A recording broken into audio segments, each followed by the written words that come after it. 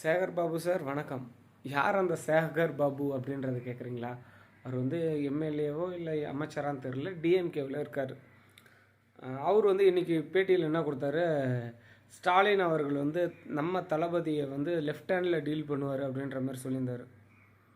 எதுக்காக அப்படி சொல்லியிருந்தாருன்னு பார்த்தீங்கன்னா, தளபதி வந்து பருந்தூர் மக்களுக்காக நின்று போராடுவோன்னு சொல்லியிருந்தார்.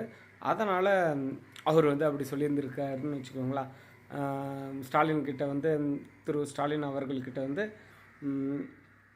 மனு கொடுக்க போகிறோம் அப்படின்னு சொன்னதுனால இதை சொல்கிற சேகர்பாபு சார் ஏன் ஸ்டாலின் அவர்கள் முதலமைச்சர் அவர்களை வந்து பருந்தூர் மக்களுக்காக லெஃப்ட் ஹேண்டில் டீல் பண்ணியிருக்கக்கூடாது? இது 2025. 2019 நீங்கள் ஆட்சிக்கு வராத முன்னாடி பருந்தூர் மக்களுக்காக போராடினீங்க. நீங்கள் ஆட்சிக்கு வந்த உடனே பருந்தூர் மக்களை விட்டுட்டீங்க. இது எந்த வகையில் நியாயம்? ஏதோ லெஃப்ட் ஹேண்டில் டீல் பண்ணி பருந்தூர் மக்களுக்காக ஏதாச்சும் நலத்திட்ட உதவிகளோ இல்லை அவங்க கேட்ட அந்த விமான நிலையம் வேணான்றதோ நம்ம முதலமைச்சரோ இல்லை இப்போ இருக்கிற நம்ம முதலமைச்சர் திரு ஸ்டாலின் அவர்களையே பண்ண வைங்க. அவங்க தான் லெஃப்ட் ஹேண்டில் டீல் பண்ணுவாங்களாச்சு சார். லெஃப்ட் ஹேண்ட்லேயே டீல் பண்ணி மக்களுக்கு நல்லது நடந்தாலும் நல்லது தானே.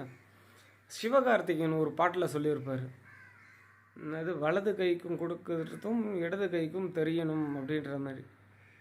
ஸோ நம்ம பண்ணுறது எல்லாருக்குமே தெரிஞ்சால் நல்லது தான். ஏன்னா நம்ம முதலமைச்சர் அவர்கள் வந்து மக்களுக்கு நல்லது தான் எண்ணுவார்ல. ஏன்னா நீங்கள் அப்படி தானே சொல்லியிருந்தீங்க. அப்படி எண்ணும்போது 2019 அவர் ஆரம்பித்தது 2025 முடிக்கணும் அப்படின்ட்டு தாழ்மையுடன் கேட்டுக்கொள்கிறோம். இப்படிக்கு டிவிக்கே தொண்டன். நன்றி சேகர் பாபு சார்.